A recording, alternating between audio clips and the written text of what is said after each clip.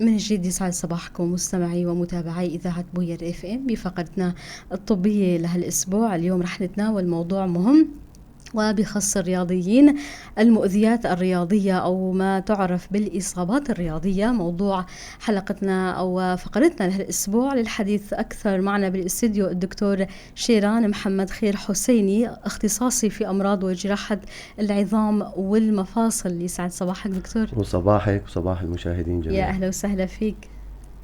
بداية دكتور، قبل ما نتناول المؤذيات الرياضية أو الإصابات الرياضية، لو نوضح ما هو الطب الرياضي وشو هن فروعها؟ هلا الطب الرياضي هو أحد فروع الجراحة العظمية. يعني الجراحة العظمية لها عدة فروع، من أحد فروعها واللي هن الكبار هي موضوع الطب الرياضي والأزيات الرياضية. نعم. الطب الرياضي هو أخذ صدى كتير كبير صراحة بالمجتمع حاليا، أولا، وثانيا في موضوع جراحة العظام والمفاصل. كتير من الأزيات الرياضية بتصير مو بس عند الرياضيين، يعني هي شائعة بنسبة 60% عند الرياضيين، ولكن 40% ممكن تصير عند الإنسان الغير الرياضي، أو ممكن هذا الشخص ما بيمارس الرياضة على أصول، يعني مو إنه على فترات طويلة. يعني في ناس مثلا بالشهر بتمارس كرة القدم مرة أو مرتين، أو السباحة مرة أو مرتين، فهدول الأشخاص معرضين لإصابات رياضية أشياء من اللاعبين الرياضيين بشكل عام. ليش؟ لأنه تأهيلهم كعضلات أو ككتلة عضلية بتكون أقل من الناس الرياضيين. تماما، مرونة العضلات وقوة العضلات بشكل عام. فهي أزيات تصيب سواء المفصل بذات نفسه، أو ممكن السطوح الغضروفية، أو ممكن الأربطة، أو ممكن العضلات. نعم. كل هي الأزيات نحن بنسميها بمسمى كبير هي الطب الرياضي أو أزيات الرياضية. نعم. دكتور، الفروع، نعم، في عدة فروع هلا موضوع الطب الرياضي كاختصاصات له فروع عديدة. ممكن في ناس اختصاصية كتف مثلا، أزيات الكتف فقط. في ناس أخصائية بأزيات الركبة فقط. نعم. في ناس أخصائية بأزيات الكاحل أو الأوتار حول الكاحل. فهن لها كتير تفرعات أو تحت اختصاصات عديدة ومعقدة صراحة. نعم. دكتور، نتحدث عن المؤذيات أو الإصابات الرياضية. كيف فينا نعرفها؟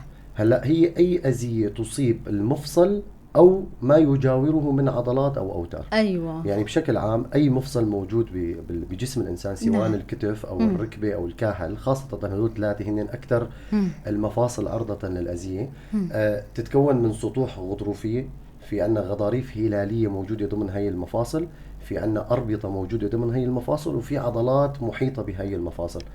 أي أذية بأحد هاي المكونات تعتبر أذية رياضية، تندرج ضمن الأزيات الرياضية. يعني مثلا تمزق وتر محيط بمفصل الكاحل، مثلا تمزق وتر راشي يعتبر أزية رياضية. نعم. مع أنه علما أنه ممكن يصير عند غير الرياضيين. نعم. الأمر الثاني أزيات الغضروف بالركبة أو أزيات الأربطة بالركبة أو بالكاحل كمان تعتبر من الأزيات الرياضية. أزيات العضلات حول مفصل الكتف كمان تعتبر من الأزيات الرياضية. نعم. فأي أزية بهي المكونات الموجودة ضمن المفصل أو خارج هذا المفصل تعتبر من الأزيات نعم. الرياضية. دكتور، هل يمكن أنه نقسم هالأذيات على أنواع؟ هلا كأنواع تفصيلية علميا ما في، ولكن احنا ممكن نفصلها كتبسيط للمشاهد. نعم. هي في أزيات غضروفية ضمن السطح المفصلي لمفصل المصاب يعني. نعم. أو أزيات رباطية بالأربطة ضمن المفصل، أو أزيات عضلية بالعضلات والأوتار حول المفصل. من حيث الشدة والدرجة كيف فينا نصنفها، أنه بسيطة والشديدة أو كيف دكتور؟ هلا في إلى تصانيف صراحة. التمزقات الغضروفية في إلى تصانيف، التمزقات الرباطية في إلى تصانيف، والتمزقات العضلية في إلى تصانيف. بشكل عام أي أزيات تكون ضمن الدرجة الأولى أو الثانية فهي التمزقات بسيطة، سواء بالأربطة أو بالعضلات أو بالغضاريف.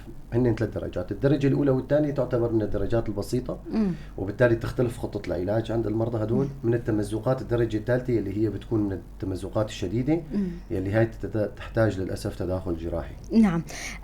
دكتور، شو هن أكثر الإصابات شيوعاً؟ هلا كعيادة أنا بدي أحكي أو كجو عملي ضمن العيادة، أكثر الأزيات اللي بتراجعنا هي أزيات مفصل الركبة وأزيات مفصل الكاحل. مفصل الركبة والكاحل. دكتور، بين الرياضيين يعني شو هن أكثر الإصابات؟ بصراحة هلا في مقول، يعني في كتير معلومات غلط موجودة بالمجتمع عن الأزيات الرياضية. هلا مو كل لاعب كرة قدم فقط هو ممكن يتأذى تماما، أو بس ممكن يكون في اختلاف بنوعية الإصابات تماماً. بين الشخص اللي بيكون لاعب وبين الشخص اللي بيكون هاوي للرياضة. أكيد. هلا أنا بدي أحكي على فكرة أنه مو بس الأزيات الرياضية بتصير عند مرضى كرة القدم، ممكن أذية رياضية بتصير عند مريض لاعب كرة سلة نتيجة عدم معلومة خاطئة أو تماماً. ما عنده تدارك للحالة كيف لازم تماماً. يعمل الحركة أو تماما، أو ممكن يكون يهيئ العضلات. ممكن يكون سباح يتعرض لأذية رباط صليبي. ولكن بشكل عام كل رياضة لها أذية خاصة فيها أو شائعة موجودة فيها. هلا مثلا السباحين بصير عندهم دائما أذيات بالكتف، بالعضلات الكم المديرة أو بأوتار السلاب نحن نقول لها، أو أذيات الوتر ذات الرأسين. اللاعبين كرة القدم أكثر الأذيات اللي بتصير هي بأذية الرباط الصليبي أو بأذية الغضاريف. نعم. اللاعبين كرة السلة أكثر الإصابات اللي بتصير عندهم ممكن تكون بالكتف أشياء أو ممكن تكون بالكاحل.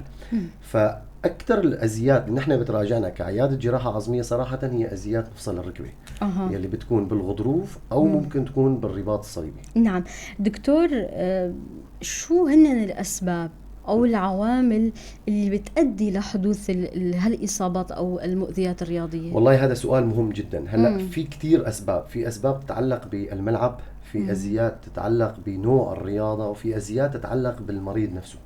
بدنا نحكي على الملعب. هلا بصراحة في كتير عالم عم تمارس كرة القدم بأرضيات غير مستوية، يعني مو الأرض ساوية أبدا، او ممكن تكون الارض غير مؤهله، عشب مثلا، في ناس بيلعبوا على البلاط او ممكن يلعبوا وعندنا كثير دارج هالمساله جدا صراحه. الامر الثاني يتعلق بلاعب الكره بشكل عام. في ناس بيلعبوا كره القدم باحذيه غير طبيه، يعني غير هاي الاحذيه مو مناسبه للعبه كره القدم. في ناس بتلعب الرياضه مثل ما حكينا هوايه، فهدول الناس ما عندهم الكتله العضليه الكافيه انه تامن ثباتيه مفصل الركبه اثناء لعب كره القدم. يعني لاعب كره القدم ممكن يساوي فن معين ضمن اللعبه، بمعنى العضله تكون غير مؤهله انه تساوي هي الحركه. بمعنى لكل رياضه في شروط معينه ومعايير لازم الشخص يكون على قدر هذه المعايير يتجه لها الرياضه. صحيح. ففي مرضى هاويين لكره القدم وليسوا ممارسين بشكل يعني مستمر. فالمرضى الهوايين هدول بيتعرضوا لأذيات أكثر من الرياضيين صراحة. مثل ما حكينا 60% بتكون عند الرياضيين، 40% عند غير رياضيين. يعني إنسان مدير مكتب مثلا أو أي يشتغل مهنة تانية بالأسبوع بده ينزل مرة بلعبته كرة قدم، هذا الإنسان غير مؤهل، لا كتلته الرياضية مؤهلة ولا مفصله مؤهل إنه يمارس هيك كرة قدم على أصولها. فبيتعرضوا لأذيات أكثر من الرياضيين صراحة. الأمر الثالث اللي بدي أحكي عليه بموضوع لعبة كرة القدم هي بصراحة الخشونة الزايدة اللي عم نلاحظها بالملاعب. يعني هي لعبة كرة القدم هي فن قبل ما تكون أذيات أو مطاحشة، ليست معاركة يعني. تماما. فكتير بصراحة عم نشوف أذيات بقوة هائلة جدا نتيجة الاحتكاك المباشر يعني والصدام القوي. في مرضى حتى عم نشوفهم مو بس أذية غضروف، ممكن ترافق بأذية مو رباط ورباطين وثلاثة. فبصراحة كتير هاي الأمور بتعيق موضوع العلاج وبتعيق حتى المريض وبتتعب حتى الطبيب بموضوع المعالجة والاستمرارية بهذا الموضوع. وياما في لاعبين نتيجة إصابة نتيجة احتكاك قوي خسروا مسيرتهم أو ضلوا فترة طويلة من العلاج سواء الفيزيائي أو العلاج الجراحي. دكتور، في معلومة حابة نشاركها مع المتابعين. في كتير من الناس بيفكروا لما بيصير إصابة بالملعب، الأطباء الموجودين بالملعب لما بيتجهوا للشخص أو اللاعب المصاب بيفكروهم إنه مجرد طبيب وفقط. لا، هن أطباء مختصين بالطب الرياضي طبعا. هن بيتجهوا للاعب ليحددوا الأذية إذا كان فيه يكمل أو لا. صحيح. صحيح. يمكن وجود هالثقافة بالمجال الرياضي عند الكثير من الدول المتقدمة رياضيا هو السبب بقلة عدد الإصابات عندهم. يعني صار في معرفة، صار في إدراك بالمجال الرياضي. صحيح. هلا دائما هلا حاليا بالدول المتطورة والأوروبية خاصة في دائما طبيب طب رياضي هو أخصائي جراحة عظمية مرافق للفريق، وفي معالجين فيزيائيين مرافقين لهذا الفريق. هدول وظيفتهم بصراحة بشكل عام هي تأهيل اللاعب الكرة قبل اللعبة. موضوع يكون تشيك على قوته العضلية، هل هذا الإنسان قادر أنه يستمر لعبة كرة قدم لمدة 120 دقيقة أو لا. والأمر الثاني بيحددوا الأذية أثناء وقوعها. يعني إذا صارت هي الأذية بيتجهوا فورا نحو اللاعب. نحن كاطباء جراحه عظميه بنشيك على مواضيع معينه، بنشوفها اذا موجوده فهذا الانسان غير قادر انه يكمل لعبه كرة القدم. القرار بيجي من الطبيب حد ذاته انه يستبدل اللاعب، هو بالمشاركه مع المعالجين الفيزيائيين معه. طبعا بهي الحاله هن بيساووا الاسعافات الضروريه، البوز، البخاخات، المخففات الالم، وبعدين بعد ما تنتهي كرة القدم بيتم إسعافه للمشفى والمراكز الطبية المختصة، بيتم إجراء تصاوير الخاصة، بيتأكدوا من نوع الإصابة وبالتالي العلاج. نعم. حتى بيحددوا بعدها للفريق الوقت اللي يحتاجه للاستشفاء وبعدين للمعالجة الطبيعية بعدين للعودة للملاعب. هاي الأمور صراحة قللت كتير كمية الأزيات الرياضية الموجودة بالدول خارجا، أما عنا زادت أكثر. عنا زادت أكثر لأنه لازلنا بحاجة صح.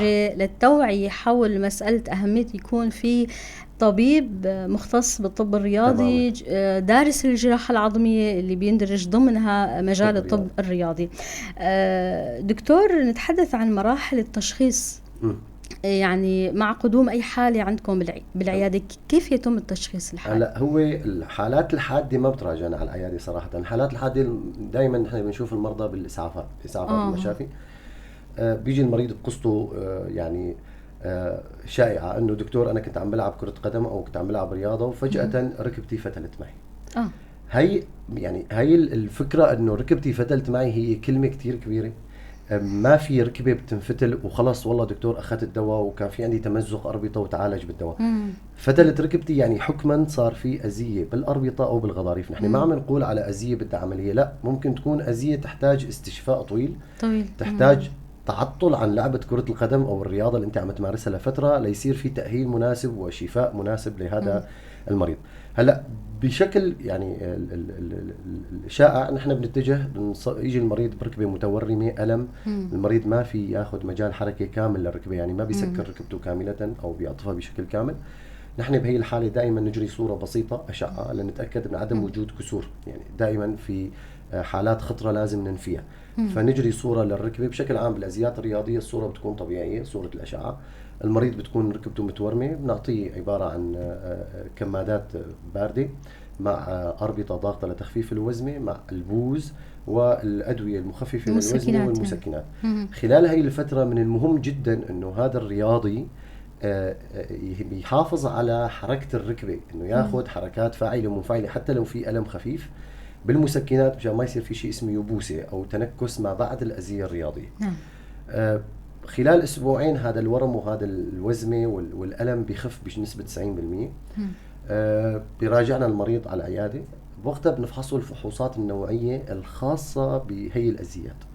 فإذا الطبيب توجه أو كان في إيجابية بالفحص السريري عند هدول المرضى نطلب صورة رنين مغناطيسي. الرنين المغناطيسي هو المؤكد لأي أذية غضروفية أو أذية رباطية موجود بأي مفصل من مفاصل الجسم.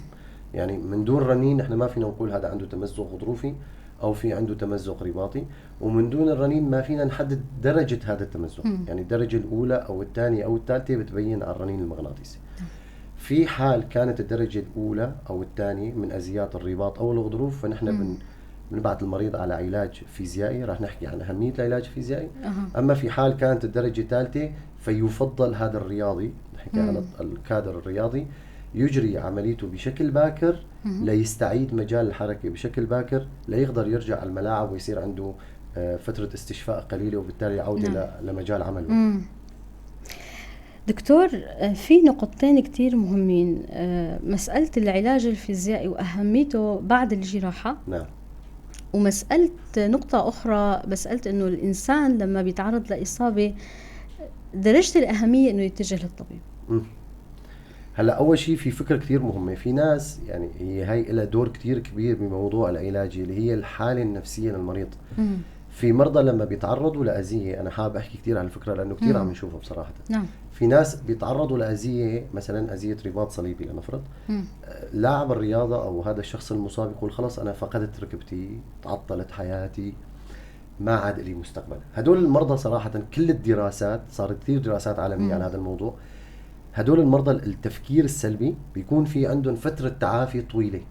يعني هدول ما بيرجعوا للملاعب بفترة قصيرة بيأثروا على مستقبلهم جدا.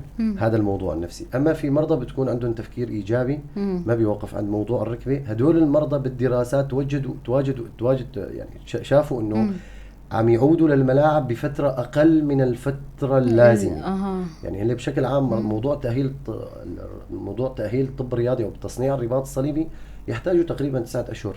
المرضى التفكير السلبي بيطولوا 1.5 سنة. مرضى التفكير الإيجابي يعني نعم. هن ما بيوقفوا عند موضوع أذية معينة، عم يعودوا بفترة أقل من هاي الفترة اللازمة. نعم. موضوع العلاج الفيزيائي هو لا يقل أهمية صراحة عن أهمية العلاج الطبيب نفسه.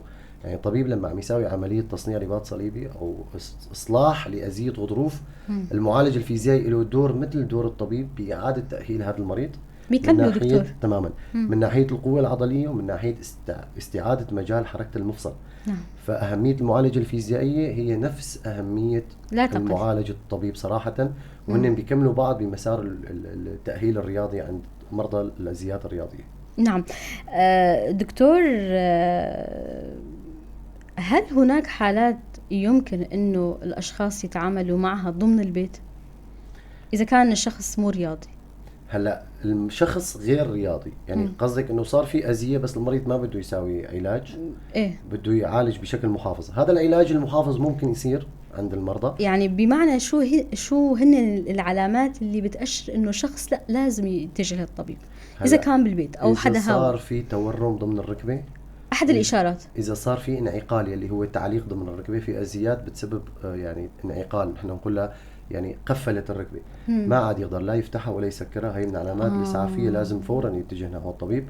وجود الطقه ضمن مفصل الركبه بعد الاذيه الرياضيه، صوت الطقه تماما. او عدم الثباتيه، يعني المريض بيقول انا عم بمشي عم تفلت مني ركبتي، عم حسها بتخونني، انا ما عم سيطر عليها. هي علامات تحذيريه. هدول الاربعه هي من علامات الخطوط الحمراء اللي بعد الاذيات الرياضيه المفروض المريض فورا يراجع الطبيب. دكتور، اذا اهملوا هالعلامات شو هن المضاعفات بهذه الحاله؟ هلا وجدوا حاليا بدراسات انه مرضى تنكس الركبه الدرجه الرابعه، يعني خشونه مفصل الركبه او نشفان مفصل الركبه، بنسبه 60% من هدول المرضى كانوا متعرضين لاذيات رياضيه سابقه ومهمله. فمثلا كرباط صليبي عم نحكي او كغضروف هلالي ضمن الركبه، هدول لهم كثير دور كبير في ثباتيه هذا المفصل. ثباتيته بمعنى انه ما بيخلي مفصل الركبه بينزاح نحو الامام او نحو الخلف او نحو الانسي او الوحشي. ازيد احد هي الاربطه او ازيد هي الغضاريف بتخلي الركبه غير ثابته عند المريض. بمعنى اي طلعه درج مثلا او اي مشي بمكان مثلا عشب او تراب، الركبه راح يصير فيها عدم ثباتيه، وبالتالي راح يصير في عندهم ازيات غضروفيه مرافقه وتالية لأذية الرباط. هي المشكلة ممكن تسبب خشونة مفصل الركبة باكر. نعم. يعني بيؤدي إلى نشفان بهذا المفصل وتخرب باكر بهذا المفصل بأعمار صغيرة. للأسف. دكتور، عيادتكم في مدينة قامشلو، خلينا نقول للمتابعين وين موجود العيادة، يعني إذا كان العيادة متواجدة بالوسطى، منطقة الوسطى. نعم. شارع الكنيسة. عيادة الدكتور ميلاد صباغ سابقا. نعم. دكتور، الحالات الأكثر شيوعا أشرت إلها بتجي عندكم بالعيادة أذية الرباط الصليبي بالركبة أو أذيات الغضروف الهلالي بالركبة. هن أكثر الحالات صعوبة حتى بالتشخيص أو بالجراحة. هلا التشخيص اللي عنده خبرة صراحة لا، موضوع تشخيصه بيكون سهل، أما اللي ما عندهم ممارسات بالطب الرياضي موضوع تشخيص هي الأذيات ممكن يأثر بشكل سلبي. هلا التشخيص المتأخر بهي الأذيات كتير رح يأثر على مفصل الركبة وعلى الغضروف بشكل عام مستقبلا. الأذيات الشائعة اللي عم تجينا نحن هي أذيات الغضروف أو أذيات الرباط ضمن الركبة. هي الأذيات بصراحة اللي عم تجيني هي تقريبا 60 ل 70% هي جراحية. هي من الدرجة الثالثة مهملة، يعني أنا عم يجوني مرضى عندهم تمزق رباط صليبي من 4 سنين من 6 سنين. هدول المرضى أنا لما عم بفحصهم عم بشوف فيه خشونة كتير ضمن مفصل الركبة، وللأسف بيتأخر تشخيصهم هيك مرضى، وبيأثر على العلاج. وبيتأثر على العلاج، وبيتأثر حتى في حال بدهم يرجعوا على ممارسة كرة القدم مستقبلا. هدول المرضى نحن عم نسوي لهم عمليات جراحية بالقامشلي. طبعا بعملية منظار ركبية اللي هي بالتنظير، هي شقوق صغيرة لا تتجاوز نص سنتي، يعني نحن عبارة عن شقين صغار عبر الكاميرا وجهاز الشيفر او اجهزه اللي مسؤوله عن خياطه الغضروف او تصنيع الرباط. العمليه تقريبا بتطول ساعه ونص. نحن بندق طعم وتري، يعني بنخطف وتر من الساق او من الفخذ. هذا الوتر بيكون زايد، يعني ما بيكون له وظيفه مهمه للمفصل الركبه. بنحشره ضمن مفصل الركبه وبنثبته ببراغي ممتصه. هدول المرضى بعد العمليه بيراجعوا طبيب معالج فيزيائي لاعاده بعد التأهيل. العمليه مش قد دكتور؟ نحن بعد العمليه بيومين صراحه مباشره فورا بنبلش بالمعالجه الفيزيائيه، وحاليا دراسات تقول لك المريض وهو بالمشفى مارس له العلاج الفيزيائي مباشره، يعني بعد ما يفك التخدير فورا فيك تبلش بعلاج فيزيائي. نعم. يعني إعادة التأهيل الباكر لهدول المرضى بيخليهم بيعودوا لأعمالهم أو وظيفتهم أو ممارسة الرياضة بشكل باكر. نعم. دكتور، شو التوجيهات اللي فينا نوجهها للرياضيين فيما يتعلق بتجنب المؤذيات الرياضية؟ هلا للرياضيين ما شاء الله الرياضيين عندهم الخبرة الكافية إنه يتجنبوا هاي الأذيات، بس أهم شيء هي لبس الأحذية المناسبة للرياضة. الرياضيين عندهم كتلة كافية انه يمارسوا الرياضة، فما بدهم يعني تأهيل صراحة. بس اهم شيء موضوع الإحماء قبل الرياضة، مهم جدا. الإحماء مهم جدا يعني. في كتير أذيات عضلية عم تجينا نتيجة عدم الإحماء والتوجه للمباراة. الإحماء جيدا قبل الرياضة. في حال صارت عندهم أي أذية ضمن الملعب رجاء لازم يتوقفوا. ممنوع يكملوا اللعبة، لأنه الاستمرار باللعبة راح يعرض لإصابات تانية. يعني إذا هذا المريض ممكن صار عنده أذية بالغضروف، ممكن إذا استمر باللعبة يتمزق الرباط، يفقد القدرة على اللعب تماما. هذا الشيء راح يأذيه أكثر، راح تصير عمليته أكثر حرجة، أو راح يصير تأهيله أصعب. نعم. بالنسبة له طبعا. أما إن المرضى الغير الرياضيين، رح نحكي عن الموضوع الهواة الرياضيين، يعني اللي عم يمارسوا الرياضة بالشهر مرة أو مرتين لعبة كرة القدم، هدول كمان لازم يلبسوا أحذية مناسبة، ولازم ما يلعبوا مع فرق قوية. يعني في ناس عم تلعب مع لاعبين يعني كتلتهم العضلية ممتازة، يلعبوا الرياضة على أصول، مهيئين جسديا وعضليا لممارسة هاي الرياضة. أنت كهاوي ما تقدر تلعب كرة قدم مع هيك شخص، مع شخص محترف، فلازم تلعب مع هاوي مثلك. ما بيكون في يعني خشونة، مراعاة الدرجة والقدرة يعني كقوة العضلات. ولازم يلعبوا بأرضيات سليمة خلينا نقولها، أو مستوية، ما بتكون فيها تعرجات، أو ما تكون ترابية، أو ما تكون بلاط صراحة. بس هي أهم شيء. دكتور، هون لفتت بالي مسألة إنه أحيانا في فرق شعبية وعندنا كتير درجة بيدوروا على مكان، مساحة فاضية ليلعبوا فيها، بيكون مثلا في حجار وفي رمل وما أنا مستوي لأي درجة رح يتأثروا هن، وكتير موجود هالحالة عندنا. وهي الأحجار مع أبواط غير رياضية، هذا الأمر بيخلي الأذية الرياضية تصير بسهولة جدا. يعني لما لاعب رياضة بيدعس على أرض غير مستوية بشكل عام راح يفتل الكاحل، يعني راح يصير وسي بالكاحل، وراح يصير وسي بالركبة، وراح يصير في أذيات مو بس بمفصل واحد، ممكن أكثر من مفصل. نعم. دائما لازم تكون رياضة على أرض عشبية. إذا مو عشبية اضطريت تلعب بأرض رمل لازم تكون مستوية على الأقل. دكتور، في لاعبين أحيانا أنا بشوف إنه بيلبسوا مشدات بالركبة. تمام. جيدة المشدات بالركبة بيكون في عندهم إصابة صراحة. الأشخاص اللي بيكون عندهم إصابات بالركبة سابقا، أو ممكن إصابة حالية وهن مهملينها، فبيلبسوا هاي المشدات ليقدروا يكملوا لعبة كرة القدم. أيوة. أما المشدات هي غلط، لأنه بتعيق اللاعب بشكل عام عن مجال حركة الركبة الطبيعي. بتشير إنه في إهمال بالحالة عمليا. دكتور، إذا في نقطة أنا ما سألت أو سؤال أنا ما سألت، تفضل. هلا أهم شيء بالأذيات الرياضية، أنا بدي أحكي عن النقاط المهمة اللي أنا عم شوفها بالعيادة. تفضل. واللي عم يهملوها الرياضيين أو الهواة. دائما دائما دائما لعبة كرة القدم إلى أصول. لعبة كرة القدم لازم يلعبها لاعب كرة قدم ممارس للرياضة، عنده وقت كافي باليوم الواحد انه عم يمارس ويقوي عضلاته. هدول المرضى ما في خوف عليهم الا من موضوع الأذيات الرياضية اللي نحن نقول عليها تويستينج تروما، او هذا الرياضي تعرض لقوة كبيرة من لاعب مقابل له خصمه ادى الى اذية هاي الركبة، مستهدف يعني. تماما. اما اذا كانت قوته العضلية كافية فهذا الانسان مستحيل يصير في عنده، رح يفهم اللعبة، قليل جدا انه تصير في عندهم أذيات رياضية. المرضى الهاويين رجاء إذا بده يصير في لعبة كرة قدم لازم تكون من ناس من مستواكم بداية، بأرضيات سليمة، بأحذية رياضية سليمة، وبوقت قليل. يعني ما تروح تلعب كرة قدم أنت غير يعني أنت غير ممارس لهي الكرة، بتلعبها ساعتين وثلاثة، غير الأذيات اللي ممكن تصير بغضروف الرباط، ممكن تصير في أذيات عضلية. صراحة الأذيات العضلية بتطول تأهيلها أكثر، خاصة عند مرضى الغير هاويين. تمام. ودائما التأهيل قبل لعبة كرة القدم ودرهم وقاية خير من قنطار علاج.